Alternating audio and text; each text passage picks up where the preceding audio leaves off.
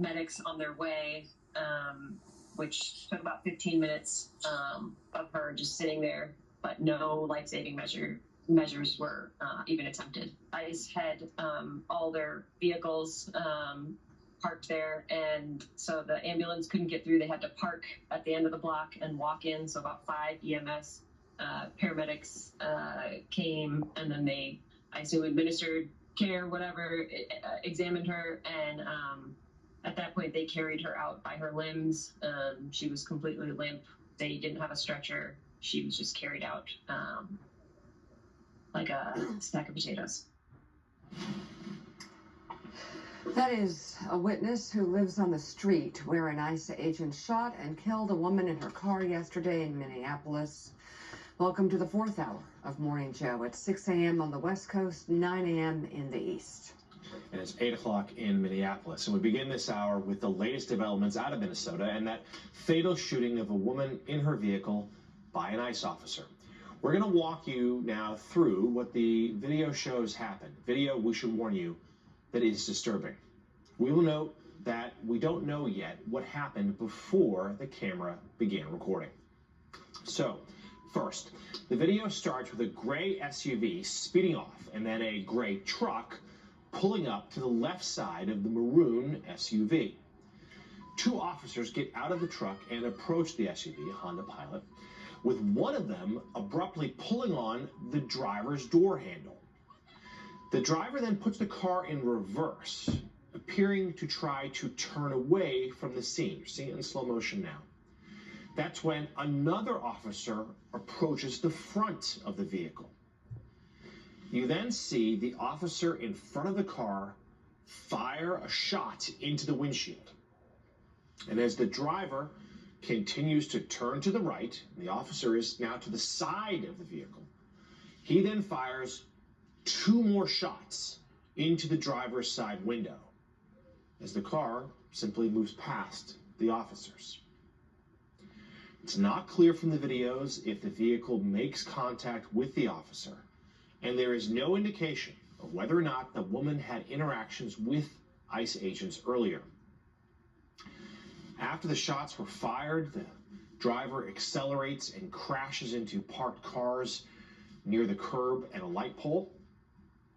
After the crash, the agent who fired at point-blank range through an open driver's side window, walks to the vehicle and then walks away and tells other agents to call 911. So additional video shows ICE agents refusing to allow a physician who happened to be at the scene in the moment access to the victim before EMS arrived. Watch. Can I go check a pulse? No! Back up! Now! I'm a physician! Listen, we understand. We got EMS coming. I get it. Just give us a second. We have medics on scene. We have our own medics. Where are they? Where are they? Local media reports that when an ambulance got to the scene, ICE agents did not allow the crew to get close to the victim's car. Instead, video shows EMS pulling her out of the vehicle, walking to the end of the street where they began performing CPR on her, then getting her on a stretcher and into an ambulance. There's a moving image of the front seat of the vehicle, the airbag deployed, covered in blood, the glove compartment open, the woman's stuffed animals for her child inside. Here's what Homeland Security Secretary Kristi Noem said about the shooting as videos of the incident were just emerging and the investigation was just then getting underway.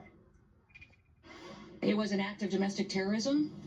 What happened, it was our ICE officers were out in an enforcement action. They got stuck in the snow because of the adverse weather that is in Minneapolis. They were attempting to push out their vehicle and a woman attacked them and those surrounding them and attempted to run them over and ram them with her vehicle. An officer of ours acted quickly and defensively shot to protect himself and the people around him. And my understanding is that she was hit and is deceased. The secretary didn't wait for the investigation, and very little of what she said there was true. In a social media post, President Trump also called the shooting an act of self-defense. Trump writing in part, the woman driving the car was very disorderly, obstructing and resisting, who then violently, willfully, and viciously ran over the ICE officer. Later in the day, in an interview with the New York Times, President Trump was asked about yesterday's shooting, and here's how the Times describes it. Quote, as a slow-motion surveillance video of the shooting played on the laptop, we told him that this angle did not appear to show an ICE officer had been run over. Well, Mr. Trump said, the way I look at it, it's a terrible scene, Mr. Trump said at the end of the video. I think it's horrible to watch. No, I hate to see it. But did this fatal shooting mean his ICE operation had gone too far? Mr. Trump sidestepped the question, instead blaming his predecessor's immigration policies.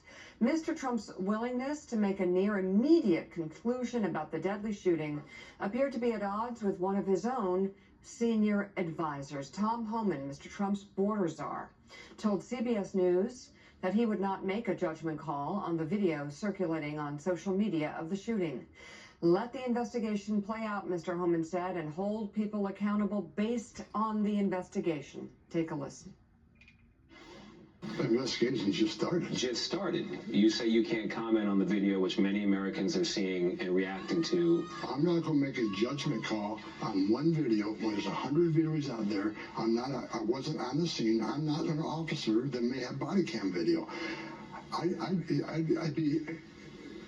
It'd be unprofessional to comment on what I think happened in that situation. Let the investigation play out and hold people accountable based on the investigation. With us, we have MS Now national security